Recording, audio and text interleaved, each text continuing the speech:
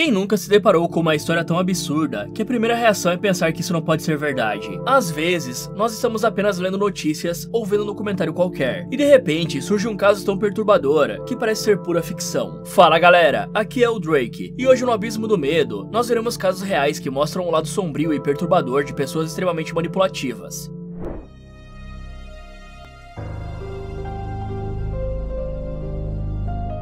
Mesmo em cidades pequenas, onde todos se conhecem e a vida parece seguir de uma forma tranquila, tragédias inesperadas podem acontecer, e foi exatamente isso que atingiu a comunidade de Star City, na Virgínia Ocidental, nos Estados Unidos, quando uma adolescente comum desapareceu sem deixar vestígios. O caso de Skylar Neese não só comoveu o país, como também revelou uma verdade assustadora por trás do que parecia ser uma simples amizade entre garotas do ensino médio. A Skylar era uma jovem de 16 anos, filha única de Mary e Dave Neese. Era uma aluna inteligente, gentil e muito bem-humorada, e tinha uma relação de muita amizade com seus pais. Todos que a conheciam afirmavam que ela era uma garota com um futuro brilhante pela frente. Ela morava em um bairro tranquilo, no primeiro andar de um apartamento comum, e levava a vida normal de adolescente americana. Estudava, assistia a séries e saía com as suas duas melhores amigas, a Shelly Eddy e a Rachel Schoff. Na noite de 5 de julho de 2012, perto da meia-noite, Skylar saiu pela janela do seu quarto, como já tinha feito algumas vezes antes, levando apenas a chave do apartamento. Nessa hora, uma câmera de segurança registrou o momento em que ela entrou em um carro,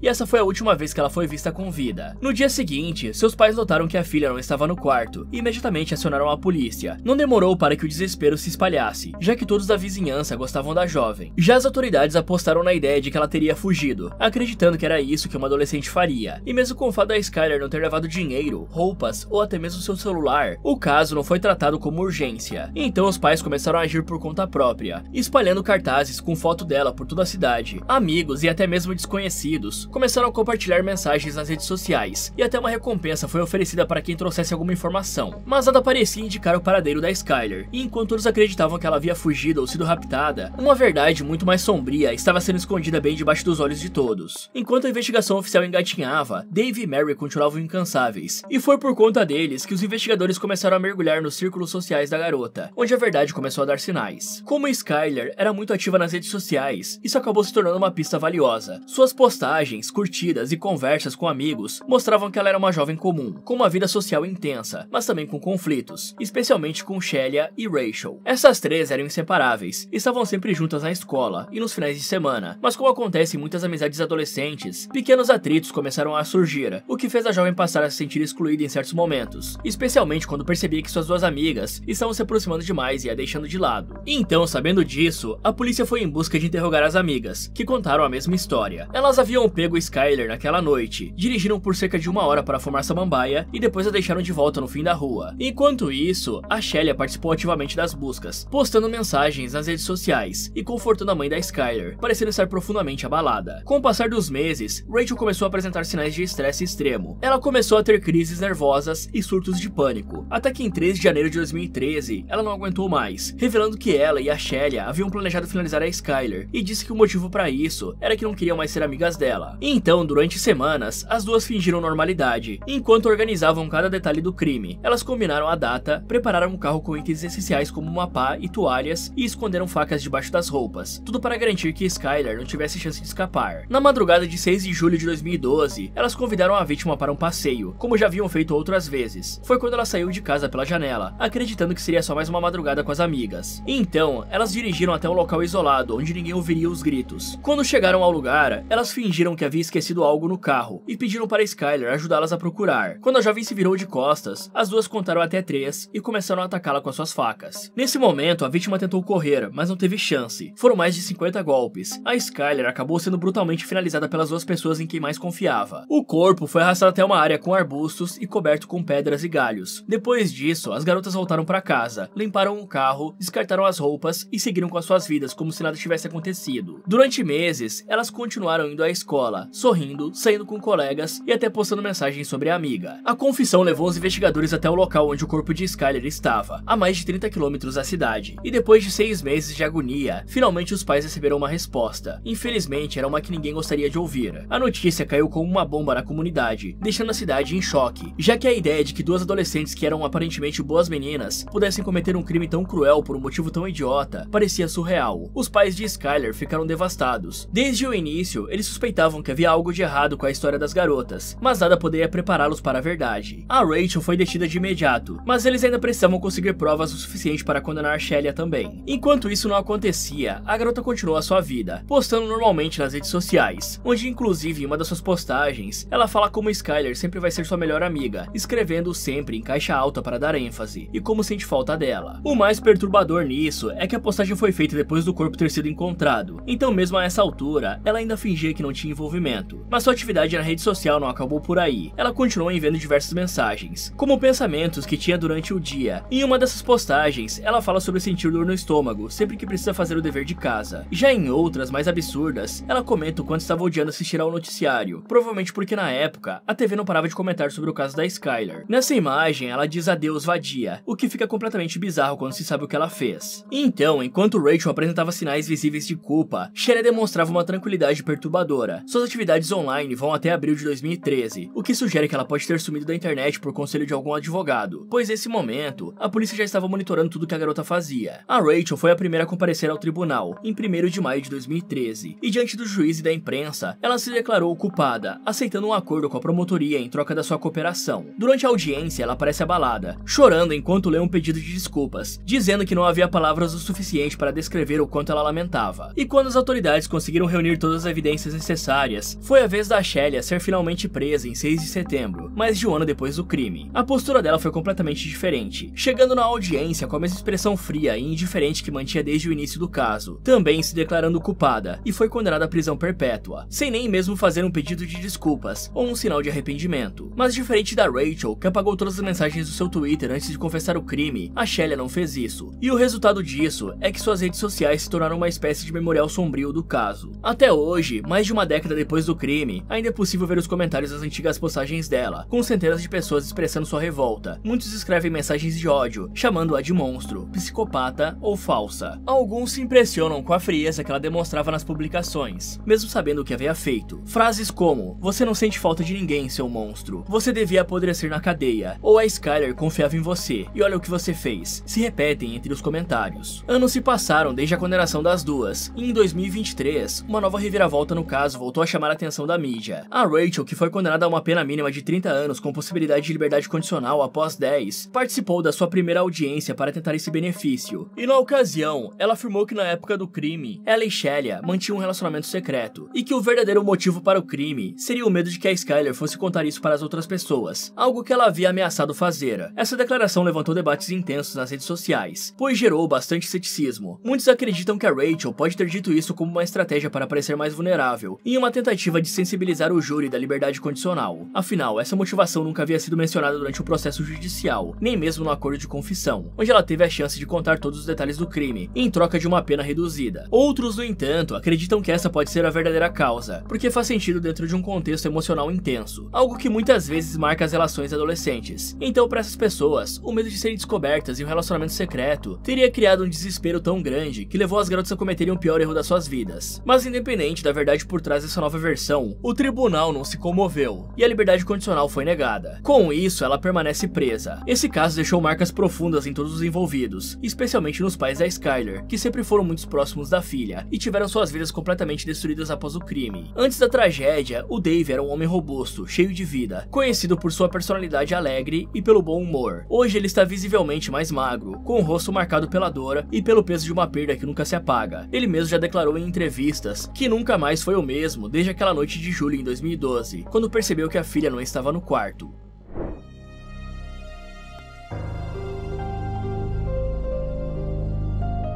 Se você visse Chris Watts caminhando com suas filhas em um parque, ou sorrindo em vídeos caseiros ao lado da esposa, provavelmente pensaria que se trata de um bom pai e um bom marido. Mas a verdade é simplesmente terrível. Ele era técnico em uma empresa de petróleo no Colorado, e nas redes sociais, sua vida parecia digna de um comercial de margarina, com viagens em família, declarações de amor da esposa Shannon e crianças sorridentes. Na madrugada do dia 13 de agosto de 2012, a mulher do Chris tinha voltado de uma viagem de negócios, e foi deixada em casa por uma amiga por volta das 2 horas da manhã. manhã. E mais tarde nesse mesmo dia, Shannon tinha uma consulta médica marcada e não apareceu. Ela também não respondia mensagens ou ligações. E então a amiga que a havia deixado em casa ficou preocupada e foi até lá para verificar. Ela bateu na porta, ligou outra vez, mandou mais mensagens e nada. Foi então que ela chamou a polícia. Quando os oficiais chegaram, Chris também apareceu e disse que não sabia onde a esposa e as filhas estavam, que tinha saído para o trabalho cedo e que ao voltar, a casa estava vazia. Só que o carro de Shannon ainda estava na garagem, com a cadeirinha das meninas no banco de trás, assim como a bolsa dela com documentos e o celular estavam dentro de casa, então nada indicava que ela tivesse saído. Nos primeiros dias após o desaparecimento, Chris parecia um marido desesperado tentando encontrar sua família. Ele deu entrevistas para a TV, implorando pelo retorno da Shannon e das suas filhas Bella e Celeste, dizendo que não fazia ideia do que havia acontecido e que só queria que elas voltassem para casa, mas havia algo estranho ali. It's like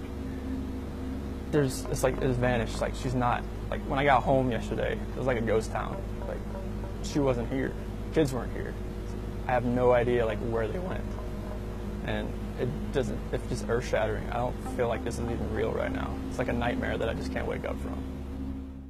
O cara não demonstra emoção, ele fala com um tom monótono e parece evitar perguntas diretas, o tempo todo passando a sensação de que algo estava sendo escondido. Nessa entrevista ele chega a rir, enquanto diz que só quer que elas voltem. A polícia já estava com a pulga atrás da orelha desde o início, mas acabou recebendo uma informação muito valiosa, pois o vizinho entrou em contato com as autoridades ao saber do desaparecimento e ofereceu acesso às câmeras de segurança da sua casa, que tinham visão parcial da entrada da garagem da família, informando para os policiais que algo estava errado com a forma como Chris estava agindo. A partir dali, os holofotes se voltaram totalmente para o pai da família, que até então posava como vítima de um desaparecimento trágico, se é que podemos chamar um animal desses de pai. O vídeo da câmera do vizinho mostra o Chris colocando algo volumoso na caçamba da sua caminhonete antes do amanhecer, um horário muito fora do normal para alguém sair de casa. Além disso, a polícia colocou o próprio para assistir, e a sua reação entregou tudo. Então veio o próximo passo. Ele foi chamado para um interrogatório, e durante o depoimento, os investigadores sugeriram que ele fizesse um teste de polígrafo, o famoso detector de mentiras. Ele aceitou e o resultado foi um desastre. O técnico que conduziu o teste foi direto, dizendo que ele não estava dizendo a verdade, e aí a máscara começou a cair. A polícia já sabia que o Chris estava mentindo sobre não saber onde elas estavam, e decidiram pressioná-lo mais. Quando confrontado com as evidências e colocado contra a parede, ele fez uma pausa, respirou fundo e pediu para falar com o seu pai. Minutos depois, ele confessaria algo que deixou todos em choque, mas antes disso acontecer, o cara demonstra uma emoção pela primeira vez desde o começo desse caso, quando pergunta para os oficiais sobre o que vai acontecer consigo mesmo, mostrando o completo narcisista que ele é. Então, ele começou a contar o que teria acontecido, alegando que Shannon sufocou as filhas depois de uma discussão, e que ele, tomado por raiva, a finalizou em seguida. Mas essa era uma tentativa clara de justificar o crime e proteger a própria imagem. Durante dias, o cara sustentou a mentira, até que a polícia, com base no GPS da caminhonete, localizou o local exato onde ele havia ido até aquela manhã, e encontraram os corpos. Desse jeito, Chris foi encurralado, e enfim confessou a verdade, que tinha tirado a vida da sua esposa grávida e das suas duas filhas. Tudo aconteceu nas primeiras horas do dia 13 de agosto de 2018, e segundo o relato, o casal discutiu no quarto após a Shannon voltar da viagem de negócios. Nesse momento, ela estava de 15 semanas de um menino, que se chamaria Nico. Durante a discussão, Shannon acusou Chris de estar tendo um caso. Foi nesse momento que ele a estrangulou com as próprias mãos, depois enrolou seu corpo em um lençol, desceu pelas escadas com ela e a colocou na caminhonete. Enquanto fazia isso, suas filhas, Bella, de 4 anos, e Celeste, de 3, acordaram confusas, e perguntaram onde estava a mãe. Então Chris disse que ela estava dormindo. As meninas entraram no veículo junto com ele, e enquanto o corpo da mãe delas estava deitado ali, coberto, na caçamba do carro, as duas filhas estavam sentadas no banco de trás. O Chris dirigiu por cerca de 65 km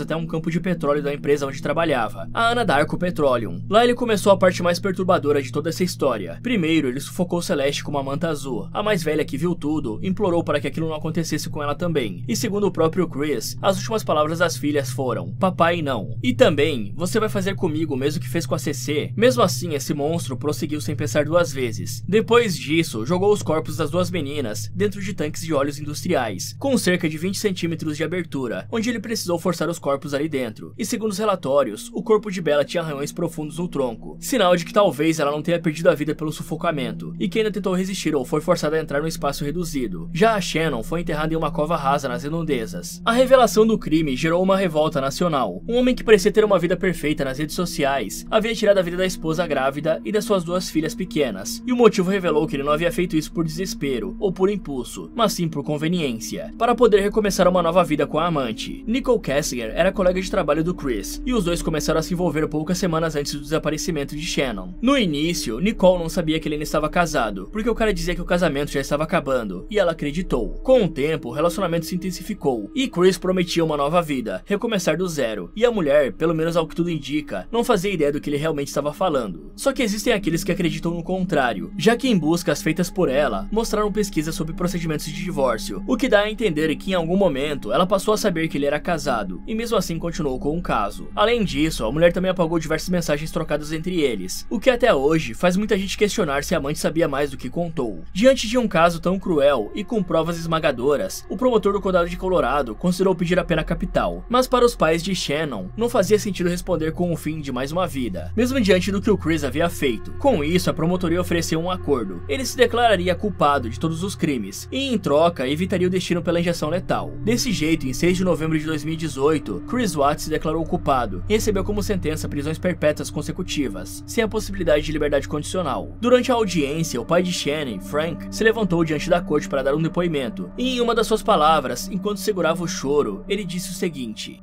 This is hard to say, but may God have mercy on your soul. I hope you enjoy your new life. It's nothing like the one you had out here. May the courts have no mercy on you. It's hard every day. It hurts in so many ways. I have heard people say that you're not a monster. No, you are not. You're an evil monster.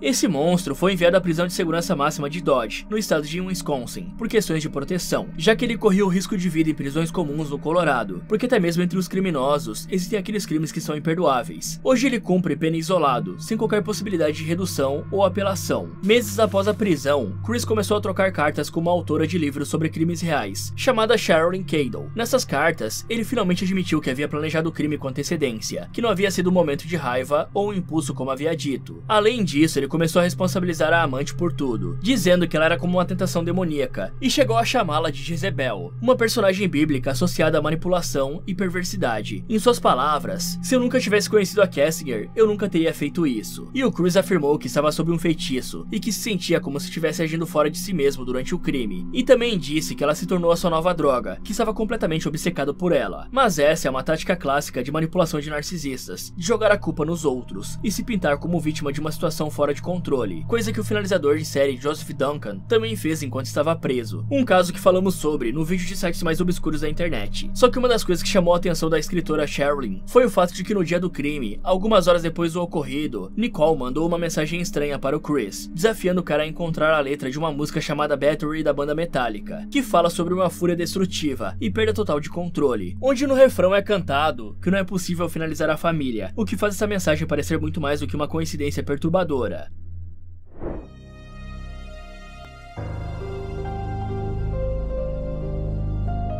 Durante anos, Belle Gibson foi vista como uma espécie de símbolo de superação. Ela era uma jovem bonita, carismática, envolvida com causas saudáveis e surgiu como uma influenciadora australiana que dizia ter vencido um câncer terminal sem recorrer a tratamentos convencionais, como a quimioterapia, por exemplo. Em vez disso, sua cura veio por meio de terapias naturais, mudanças alimentares e práticas holísticas. E foi isso que a transformou em um fenômeno mundial, digno de ganhar uma série na Netflix. Essa história começa em 2009, quando em seu blog ela comentou que havia sido diagnosticada com câncer, com estimativa de 4 meses de vida no máximo. E 4 anos depois disso, em 2013, ela migrou para o Instagram, onde começou a postar o seu tratamento natural, e rapidamente ganhou milhares de seguidores, o que impulsionou que ela lançasse um aplicativo, chamado de Holy Pantry, algo como uma dispensa completa em português. O app trazia receitas saudáveis, conselhos de bem-estar e sugestões de estilo de vida, mas o diferencial era essa narrativa por trás dele, já que tudo ali havia sido criado por alguém que superou uma doença terminal, usando aquelas mesmas práticas. E então, quem é que não se sentiria inspirado por uma jovem de 20 e poucos anos que virou o jogo contra um tumor cerebral, apenas com força de vontade e boa alimentação? É claro que a história rapidamente viralizou, com o aplicativo se tornando um sucesso imediato, atingindo cerca de 300 mil downloads em pouco tempo, e chamando a atenção da Apple, que que se interessou e decidiu incluir o The Holy Pantry como um dos apps pré-instalados para o lançamento do Apple Watch. É isso mesmo, o aplicativo da Belle estaria no pulso de milhares de pessoas no mundo inteiro, antes mesmo do produto ser oficialmente lançado. E como se isso não fosse o suficiente, ela também assinou um contrato com uma das maiores editoras da Austrália para lançar um livro com o mesmo nome, onde contaria a sua jornada de cura. Então, em questão de um ano, ela deixou de ser uma pessoa completamente anônima e se tornou um sucesso em pessoa, algo que só chamava ainda mais a atenção de todos. Assim, com esse discurso, que misturava alimentação orgânica, espiritualidade e críticas à medicina tradicional, Belle rapidamente conquistou uma legião de fãs, e as pessoas diagnosticadas com doenças graves começaram a vê-la como um exemplo de esperança. Ela chegou a participar de palestras, entrevistas e reportagens, sempre reforçando a ideia de que havia sido diagnosticada com câncer cerebral aos 20 anos, e mesmo depois da doença ter se espalhado para outros órgãos, continuava firme em sua luta livre de medicamentos. Em 2014, o livro foi lançado, e mais uma vez, a fórmula funcionou, rapidamente se tornando um best-seller na Austrália. Ele foi traduzido para outras línguas e distribuído por grandes editoras internacionais. Ele era recheado de fotos inspiradoras, receitas curativas, reflexões pessoais e aquela mesma narrativa central, a garota que se curou sozinha, com força de vontade e couve orgânica. O mercado de bem-estar, que é uma indústria bilionária, abriu as portas para ela com um tapete vermelho. E empresas de alimentos naturais, terapeutas alternativos, todo mundo queria se associar à imagem extraordinária da Belle. E além de vender um estilo de vida saudável como se fosse uma pílula mágica, ela também era muito habilidosa em vender algo ainda mais poderoso, a imagem de uma pessoa generosa, já que em várias entrevistas, postagens e até no próprio conteúdo do Holy Pantry, ela dizia que parte dos lucros, tanto do aplicativo quanto do livro, eram destinados a diversas instituições de caridade. A influencer dizia que doar parte do dinheiro era uma missão pessoal, afinal, segundo a própria narrativa, ela já havia sido salva por um milagre da natureza. Então, nada mais justo do que devolver isso ao mundo ajudando os outros, chegando até mesmo a ser apelidada de a mulher mais inspiradora que você conheceu esse ano, pela revista Elle Austrália. E em 2014, ela até recebeu um prêmio de mulher divertida e destemida pela Cosmopolitan. Então, conforme o sucesso comercial dela crescia, a curiosidade também. E aí começaram a surgir algumas questões, com algumas das instituições citadas pela Belle publicamente, dizendo que nunca tinham ouvido falar dela, muito menos recebido qualquer tipo de valor. E outras confirmaram que ela chegou a entrar em contato prometendo doações, mas depois simplesmente desapareceu. A coisa ficou ainda pior quando jornalistas começaram a investigar e descobriram que os valores arrecadados por ela eram muito maiores do que se imaginava. Mesmo assim, nenhum dinheiro chegava a tais causas nobres. Em uma das promessas mais gritantes, Belle afirmou que doaria parte do lucro de um evento beneficente para o tratamento de uma criança com câncer. O evento aconteceu com todos os ingressos vendidos, mas o dinheiro nunca chegou ao destino. Desse jeito, a imagem altruísta dela começou a rachar, já que até esse momento, muita gente ainda acreditava nela como uma figura inspiradora. Mas à medida que as mentiras iam se revelando, as pessoas perceberam que estavam diante de algo muito mais grave do que um mal entendido. E esse foi o início da queda livre de Belle Gibson. Durante muito tempo, a história toda foi engolida sem questionamento, já que ela era vista como uma sobrevivente, e ninguém queria apontar o dedo para dizer que isso não podia ser verdade. Mas depois de tantas mentiras, os jornalistas começaram a achar que tinha caroço nesse angu. Então, a coisa toda desandou de vez, quando o jornal The Australian, e depois o Australian Women's Weekly, resolveu investigar mais a fundo a história. Eles procuraram hospitais, médicos, organizações beneficentes, e não conseguiram encontrar nenhuma prova de que Belle tivesse passado por qualquer tratamento oncológico. Além disso, algumas datas não batiam. Ela dizia ter sido diagnosticada com câncer cerebral terminal aos 20 anos, mas em outras entrevistas falava que tinha 21, ou até 22 na época. Assim, em uma entrevista concedida à Australian Women's Weekly, pressionada pelas investigações, ela admitiu que sua história não era verdadeira, e quando foi perguntada diretamente sobre o diagnóstico, ela respondeu que foi autoavaliação. Isso mesmo, ela se diagnosticou sozinha que tinha câncer terminal. Todos se sentiram traídos com a verdade vindo à tona, principalmente pessoas que realmente estavam enfrentando doenças graves, e viam a Belle como um exemplo de superação. Entre essas pessoas estava Maxine, uma jovem do Reino Unido, que estudava na universidade quando conheceu Belle nas redes sociais, e logo se viu encantada por aquele mundo de cura natural. A jovem sofria de colite ulcerosa desde os 11 anos, uma doença crônica do intestino que causa dores, sangramentos e muito desconforto, e sua vida sempre girou em torno de idas ao médico, medicamentos pesados e tentativas frustradas de se sentir normal. Então, cansada dos efeitos colaterais, ela acabou encontrando em Belle o que parecia ser uma alternativa esperançosa. Como ela mesmo disse, a influencer era a abelha rainha do bem-estar. Dessa forma, inspirada pelo aplicativo da mulher, Maxine abandonou os remédios e mergulhou de cabeça no estilo de vida de alimentação limpa, com produtos naturais, uma dieta extremamente restritiva e nenhum acompanhamento médico, acreditando fielmente que estava se curando. Mas o resultado, é claro, foi o oposto, e ela viu a sua saúde física e mental desmoronarem. Mesmo assim, a mulher continuava se culpando, achando que não estava fazendo direito, até toda a verdade vir à tona. E se a mentira já era absurda por si só, o cinismo com que a Belle levou tudo foi o que mais incomodou. acreditou, já que quando confrontada, ela falava de forma vaga, fugia das perguntas ou apelava para o emocional. Chegou até mesmo a dizer que ela tinha sido enganada por médicos holísticos e que acreditava mesmo estar doente. A história, que começou como inspiração, virou um enorme escândalo, e o nome da Belly Gibson, que antes estampava listas de influenciadoras de saúde, agora parecia fortemente associado à mentira. Depois de toda a comoção pública e das manchetes expondo a farsa, era inevitável que a justiça australiana entrasse em cena, e o que começou como uma investigação jornalística acabou virando um processo sério. A acusação focou que ela teria enganado o público ao afirmar que doaria parte dos lucros do livro e do aplicativo para instituições de caridade, o que nunca aconteceu. Então, em 2017, a Justiça do Estado de Victoria deu o veredito de que Belly foi considerada culpada de conduta enganosa e multada em 300 mil dólares australianos, cerca de 1,5 milhão de reais. Só que a história não termina com a sentença, porque pagar a multa é outra história. A influencer passou anos dizendo que não tinha como quitar o valor, alegando não ter renda, não possuir bens em seu nome e chegou a ser vista levando uma vida relativamente confortável, enquanto dizia à justiça que mal tinha dinheiro para sobreviver. Foram feitas diversas tentativas de cobrança, mas boa parte do valor segue até hoje sem ser paga. Ela só escapou da prisão porque a multa era civil e não criminal, mas sua reputação foi destruída de forma irreversível. Ela sumiu por um tempo da mídia, parou de postar nas redes sociais e evitou qualquer tipo de entrevista ou aparição pública. Mas se o caso já parecia inacreditável antes, aos poucos começaram a surgir informações de que a mulher estava se apresentando com outro nome, Sabonto, e afirmava pertencer à comunidade etíope Oromo. Segundo os relatos, a Belly teria dito que foi adotada por essa comunidade e que agora se identificava com a cultura, com os trajes tradicionais e até mesmo com a religião. E sim, é tão estranho quanto parece. Essa reinvenção foi obviamente vista por muita gente como mais uma tentativa de manipulação. Afinal, ela saiu de um escândalo em que fingiu ter câncer para se tornar uma espécie de embaixadora cultural de uma etnia da qual nunca fez parte. Jornais australianos chegaram a publicar fotos de Belly usando roupas tradicionais Oromo, frequentando eventos culturais e se apresentando como Sabonto, mas sempre tentando manter a distância da mídia e recusando qualquer tipo de comentário sobre o passado, como se tivesse tentado apagar o nome Belly Gibson da existência. Atualmente, sabe-se que ela vive em Melbourne, na Austrália, levando uma vida discreta, longe dos holofotes, e ao que tudo indica, sem pagar a dívida imposta pela justiça. E recentemente a Netflix lançou a série Vinagre de Maçã, com o título sendo uma cutucada direta no universo das receitas milagrosas. Só que depois da enorme repercussão da série Bebê Rena em 2024, que acabou gerando um processo judicial quando a mulher retratada entrou com uma ação contra o serviço de streaming, eles decidiram abordar o Vinagre de Maçã de uma forma diferente, com os episódios trazendo alertas logo no início, como se os criadores estivessem dizendo: isso aqui é baseado em fatos, mas também é uma interpretação artística, ok? E uma tentativa clara de evitar o mesmo tipo de problema. Mas enfim, quando a gente compara a fraude da Belly com os outros escândalos envolvendo golpes, fica claro que o caso dela ocupa um lugar especial e especialmente perturbadora. Porque enquanto muita gente se aproveita da desinformação para vender produtos duvidosos ou se envolver em esquemas de pirâmide, o que a influencer fez foi ainda mais cruel, fingindo ter uma doença terminal para enganar pessoas vulneráveis, até mesmo em grupos de vaquinha online, explorando o sofrimento alheio em troca de fama e lucro. Isso é algo que todos devem ficar atentos, pois pessoas desse tipo sempre vão continuar surgindo para se aproveitar dos outros, principalmente daqueles desesperados por uma luz no fim do túnel, como a Maxine contou no fim da sua entrevista para a BBC, esperando que muitos parem de se culpar por suas doenças, como ela fez no passado. Ela diz o seguinte: eles se posicionam como pessoas que se preocupam com a saúde dos outros, mas tudo o que realmente fazem é mentir e promover o medo. As pessoas criam narrativas convincentes, e muitas vezes completamente falsas, para vender livros, estilos de vida ou marcas próprias. Não confie em tudo que você vê na internet. Fala galera, você já tinha ouvido falar sobre algum desses casos? E qual deles você achou mais perturbadora? Me contem nos comentários. Muito obrigado por assistir e até o próximo.